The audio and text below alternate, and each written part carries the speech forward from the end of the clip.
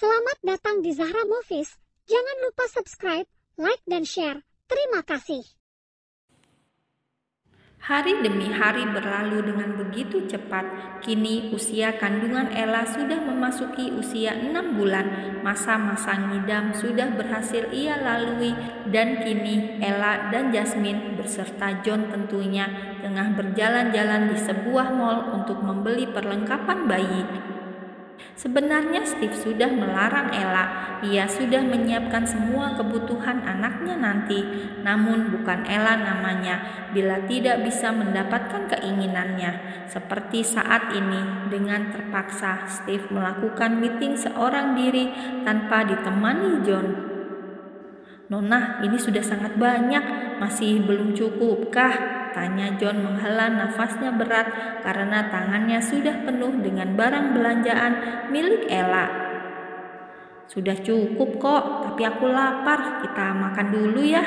Ella menggandeng tangan Jasmine dan mengajaknya untuk mampir di salah satu restoran yang berada di dalam mall tersebut. Dret-dret. Menghela nafas berat, John menghentikan langkahnya saat merasakan sebuah getaran dari saku jasnya. Ia terpaksa berhenti dan meletakkan barang belanjaannya untuk bisa mengambil HP dan mengangkat panggilan tersebut. "Hal, kalian di mana?" tanya Steve tiba-tiba sebelum ia menyelesaikan ucapannya. "Nona, Ella dan Jasmine sedang makan, Tuan." "Apa? Cepat bawa mereka pulang sekarang juga." "Tapi Tuan, tadi..." "Sekarang, John," seru Steve dan langsung mematikan sambungan teleponnya. John pun mengerutkan dahinya sebentar seolah berpikir. Sedetik kemudian ia segera tersadar dan segera menyusul Ella dan Jasmine. Sepanjang perjalanan pulang, Ella terus menggerutu memarahi John. Namun John hanya diam dan mendengarkan, bukan karena takut, tapi John tengah memikirkan alasan mengapa Steve menyuruhnya segera pulang. Padahal saat mereka hendak berangkat tadi, semua baik-baik saja, dan apakah mereka pergi terlalu lama? Batin John, namun ia segera mengelak karena mereka baru beberapa jam meninggalkan mansion. "John, ada apa sih? Mengapa wajahmu jadi semakin kaku begitu?" tanya Jasmine mengerutkan dahinya. Cukup lama ia mengenal John, ia semakin hafal dengan perubahan sikap John. "Tidak apa," jawab John yang semakin fokus dengan setirnya. "Tidak mungkin bila tidak ada apa-apa. Kau menyuruh kami pulang. Kamu dengar sendiri bagaimana Ella ngomel dari tadi. Aku rasa seperti ada sesuatu. Benarkah?" tanya Jasmine lagi menatap John dengan intens. Kini posisi duduk Jasmine berada di depan bersama John, sementara Ella di belakang seorang diri.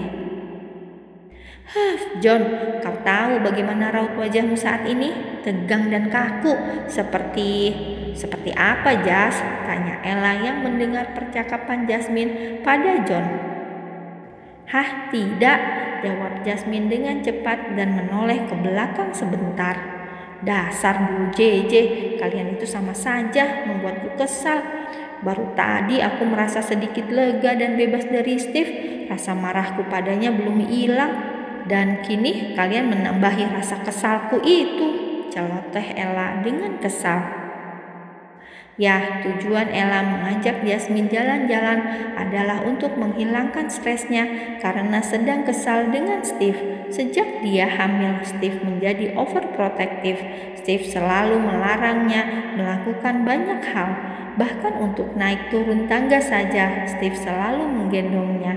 Maka dari itu, kini ia nekat pergi keluar rumah karena sudah benar-benar jengah dengan Steve. Dan belum hilang rasa kesalnya itu, dirinya sudah dibuat kesal lagi oleh John karena memaksanya pulang saat dirinya hendak makan. Setelah mobil yang mereka tumpangi sampai, Ella bisa melihat Steve tengah berjalan cepat ke arahnya. Dengan perasaan kesal, Ella pun turun dan hendak protes pada suaminya. Namun belum sampai dirinya menghampiri Steve, tiba-tiba seketika semuanya menjadi hening. Permainan akan segera dimulai. Sebuah pesan singkat pada layar HP Steve membuatnya seketika menghentikan meeting dengan kliennya. Dengan cepat ia menghubungi nomor Ella, namun tak ada jawaban. Ia pun langsung menghubungi John agar segera membawa istrinya pulang. Sementara ia terus melajukan mobilnya pulang ke mansion dengan perasaan resah dan gelisah. Tak sampai 5 menit mobil yang dibawa John sudah sampai. Steve pun berniat hendak menghampiri istrinya, namun tiba-tiba sebuah suara pistol mengejutkan semua orang yang ada di sana. Dor! Sebuah peluru hampir saja mengenai kaki Ella. Peluru itu berhasil menembus ujung dress yang dikenakan Ella tanpa menyentuh kulitnya sedikit pun. Namun walau begitu mampu membuat tubuh Ella limbung dan berujung pingsan karena terkejut. Ella, jerit Jasmine dari dalam mobil. Ia pun segera turun dan menghampiri Ella dan Steve. Seketika mata Steve menyalang. Ia menatap satu persatu orang yang berada di mansionnya. Seluruh pengawalnya juga tak tinggal diam.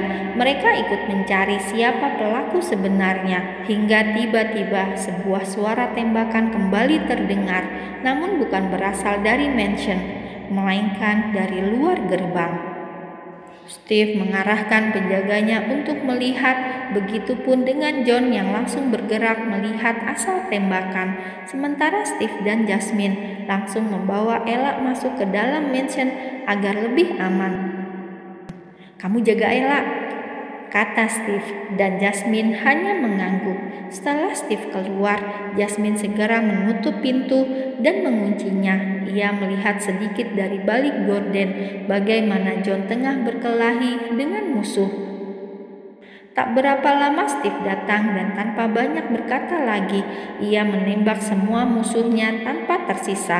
Tak hanya satu kali tembakan, ia merasa bahwa dirinya baik hati, maka ia memberikan 2 tembakan sekaligus pada satu orang musuhnya. "Katakan, siapa yang menyuruhmu bertamu kemari?" tanya Steve menodongkan pistol pada satu orang yang masih hidup.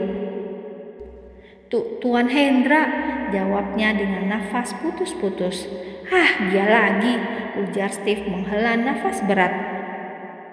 Jasmine yang melihat dengan jelas bagaimana John dan Steve mengatasi tamu-tamu tak diundangnya hanya mampu menelan salivanya dengan susah tanpa mendengar percakapan mereka. Namun Jasmine sudah tahu dengan pasti bahwa orang di balik ini semua adalah ayah angkatnya. Dengan perasaan penuh bersalah, Jasmine pun meneteskan air matanya. Ia merasa sangat bersalah karena hingga kini ia belum bisa membuat laki-laki itu berhenti. Bahkan ia malah semakin menjadi-jadi. "Mama, maafin Jasmine," gumam Jasmine pelan sambil terisak. Membulatkan tekad, Jasmine segera keluar dari kamar Steve dan segera masuk ke dalam kamarnya. Ia sudah memastikan bahwa Ella dalam keadaan aman. Ia pun segera bersiap dan bergegas untuk menemui Hendra. "Sepertinya memang hanya aku yang bisa menghentikan Papa," gumam Jasmine meyakinkan diri. "Kamu mau kemana?" tanya John saat melihat Jasmine baru keluar kamar. Aku mau..." "Di luar masih belum aman, kau mau pergi, mau cari mati," kata John datar. "Kalau memang mati sudah menjadi takdirku, kenapa tidak?" jawab Jasmine juga tak kalah datar. Ia tak ingin banyak berdebat dengan John. Ia pun langsung melewati pria itu begitu saja. Dengan membulatkan tekad, kini akhirnya Jasmine menemui Hendra. Sebelumnya ia sudah memastikan bahwa Hendra tak ada di rumah sakit. Itu berarti Hendra berada di rumah singgah. Ya, rumah singgah, rumah yang didirikan oleh Hendra untuk anak-anak terlantar, lebih tepatnya anak jalanan. Hanya Jasmine yang mengetahui itu. Steve sama sekali belum mengetahui itu. Hendra sengaja mengambil anak-anak jalanan untuk ia latih dan jadikan tombak untuk menyerang Steve. Setelah menempuh perjalanan kurang dari 2 jam, kini Jasmine sudah sampai di sebuah rumah yang berada lumayan jauh dari keramaian. Saat ia datang, dirinya sudah disambut oleh beberapa laki-laki yang membukakan pintu gerbang. Jasmine hanya diam dan acuh menanggapi senyum mereka, karena Jasmine sudah tahu arti makna senyuman itu. "Papa di mana?" tanya Jasmine to the point saat salah seorang laki-laki menghampirinya. "Tuan Hendra ada di belakang. Apa mau saya antar?" tawarnya dengan lembut. "Ah, tidak perlu, aku bisa sendiri," jawab Jasmine. Lalu ia hendak pergi, namun tangannya malah dicekal oleh laki-laki tadi. "Baik, lepasin," kata Jasmine menatap tajam laki-laki yang bernama Bayu. "Kenapa kau jarang kemari? Sikapmu juga semakin formal padaku. Dan kenapa kau mau bertemu dengan Tuan Hendra? Ada apa?" tanyanya beruntun. "Oh, ayolah Bay, dia papaku. Why jika aku pergi bertemu dengannya? Dan untuk sikapku, aku memang seperti ini dari dulu," jawab Jasmine. "Tidak, kamu bukan Jasmine yang biasa. Kenapa, Jas?" "Bay, aku buru-buru, tolong lepasin," pinta Jasmine pelan dan lembut. "Kamu bahkan belum memberikanku jawaban atas pertanyaanku dulu." "Astaga, Bay, sudah berapa lama kamu memberikan jawaban itu?" "Baik, kalau kamu menyatakan cinta pada seorang gadis dan kamu digantung jawaban selama bertahun-tahun, itu artinya kamu jangan lagi menunggunya. Kamu ditolak. Maaf, bukan maksudku berbicara kasar padamu, tapi memang itulah maksudku. Next, saat kamu menyatakan perasaanmu pada gadis lain, jangan terlalu polos. Kamu harus melihat dulu bagaimana gadis itu terhadapmu. Aku pergi." Jasmine pun langsung beranjak dan pergi, sementara Bayu masih menatapnya dengan tatapan yang sulit diartikan. 3 tahun ia menunggu jawaban dari Jasmine tentang perasaannya, dan kini ia mendapatkan jawaban yang tidak memuaskan untuknya. "Apakah kau sudah menemui laki-laki lain yang lebih baik dariku?" gumam Bayu dalam hati sambil mengepalkan kedua tangannya dengan kuat. "Papa," panggil Jasmine saat melihat keberadaan Hendra yang tengah memberi makan ikan di kolam belakang. "Wah, lihat ini siapa yang datang," kata Hendra dengan senyum sinis. "Papa, kenapa Papa masih melakukan ini? Tidak bisakah Papa berhenti? Bukankah Kak Marco sudah menyuruh Papa untuk berhenti?" tanya Jasmine to the point. "Apa kau datang hanya untuk menyuruhku berhenti?" tanya Hendra mengerutkan dahinya. Ia semakin merasa kecewa dengan kedatangan Jasmine.